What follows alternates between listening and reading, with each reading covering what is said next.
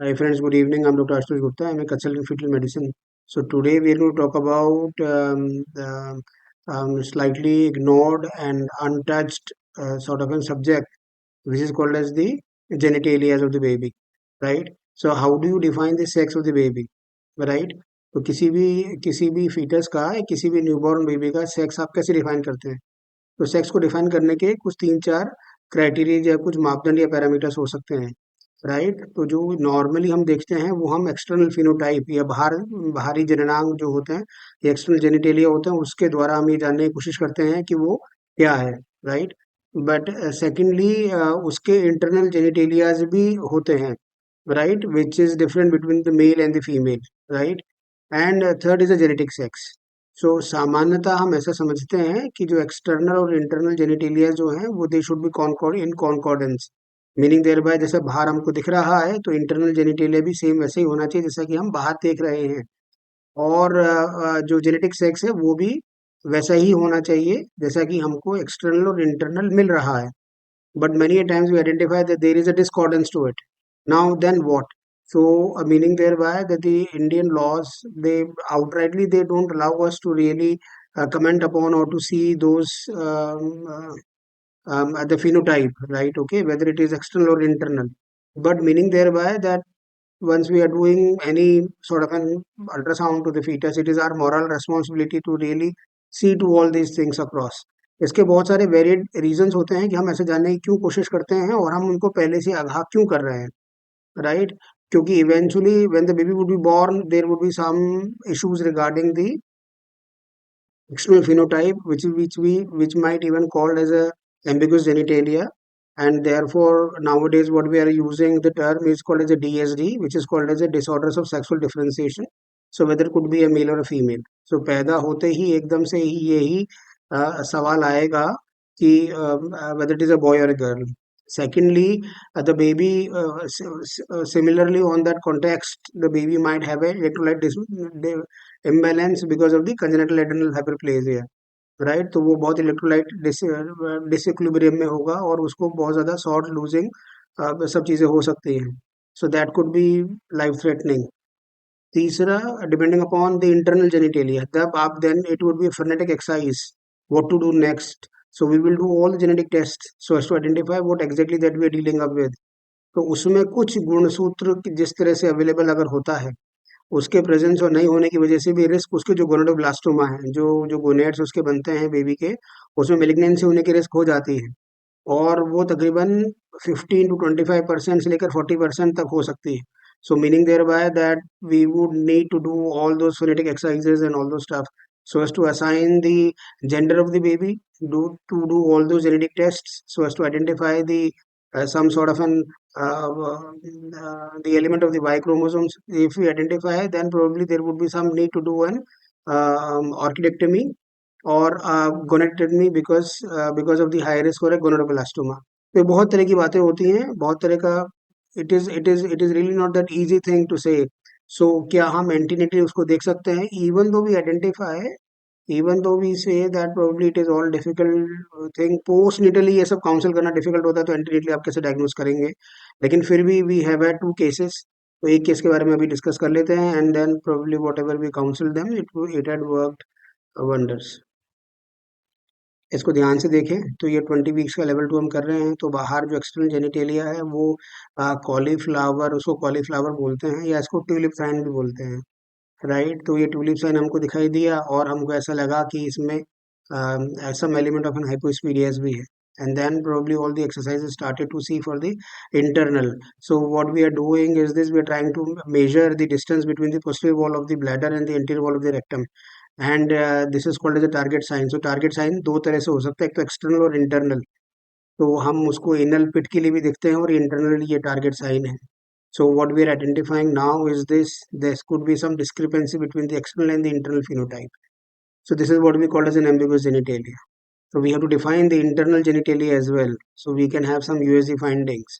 Now the karyotype is very very mandatorily, because then it could be mixed gonadal dysgenesis. और ये androgen insensitivity भी हो सकता है, टर्नर फ्यूटाइप भी हो सकता है, CAH भी हो सकता है. तो जब बेबी पैदा होगा तो एक्सटर्नल फिनोटाइप के बारे में बातचीत करना पड़ेगी, गोनाडल फंक्शन के बारे में आपको बात बात करना पड़ेगा, मेलिग्नेंसी जो रिस्क है उसके बारे में भी कुछ बताना पड़ेगा। और दूसरा ये है कि अगर ये टर्नर आता है तो लाइफ थ्रेटनिंग भी हो सकता है। Ultrasound I believe could be a very great modality if we are slightly sort of an vigilant regarding the concordance both for the external and the internal phenotype, right? So if we so meaning thereby that your eye sees what your brain knows. So once you train your eyes, and therefore it hardly takes a minute and a half so as to see that both the things are in concordance. If it is not there, then there are a lot of things to talk about. So once we see, तो ये एमजीडी भी होता है which 80% mix gonadal dysgenesis, meaning thereby कि हमारे पास में दोनों ही गुणसूत्र का कुछ एलिमेंट है, एक्स एक्स का भी है और एक्स वाई का भी है। तो डिपेंड करता है कि वो एक्स एक्स का एक्स ओ में है या एक्स वाई वाला कितना प्रतिशत या कैसे है। तो उस तरह से जो एक्सटर्नल फिनोटाइप वो वेरी कर सकता है। तो अगर एक्सो वाला एलिमेंट भी आता है तो हमको हॉर्शू किडनीज और कोऑक्टेशन ऑफ अओर्टा की भी इश्यूज हो सकती है, और पोस्टनेटल एकदम से हाइपरटेंसिव क्राइसिस में भी जा सकता है।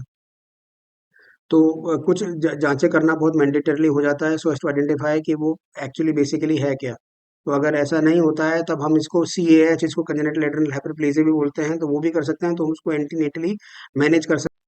So doing some genetic test to the baby makes more sense antenatally because for all practical purposes we know that what we are dealing up with.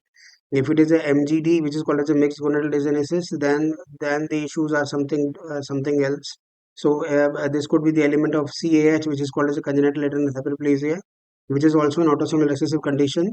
And in that case, what we can do is this, that we can give some medicines to the mother so as to help them out with the not to have the side effects of the congenital adrenal hyperplasia. Tisra, we can have this androgen insensitivity syndrome, which can be complete and a partial, and so there is a lot of counseling needed. That probably what we can expect, right? And I believe that they do have all the right. As a matter of fact, even though it is not like this, that probably we are naming names, meaning thereby that you are doing the identification of the sex of the baby, but it is very very important because then there are a lot of counseling issues to this. After the baby is born, there are multiple cases, in fact, in which the meaning thereby that it is being put on hold. What exactly that we are dealing up with, whether it is a male, female, you're getting my. So that is one issue. So genetically, you might need to do some genetic tests so as to identify what exactly that we are dealing up with. Furthermore, you might need to do some more tests so as to identify like 17 hydroxyprogesterone, that probably we need to identify so as to identify what is the risk for a this electrolyte imbalance, and whether we are dealing with congenital adrenal hyperplasia and all that stuff, right?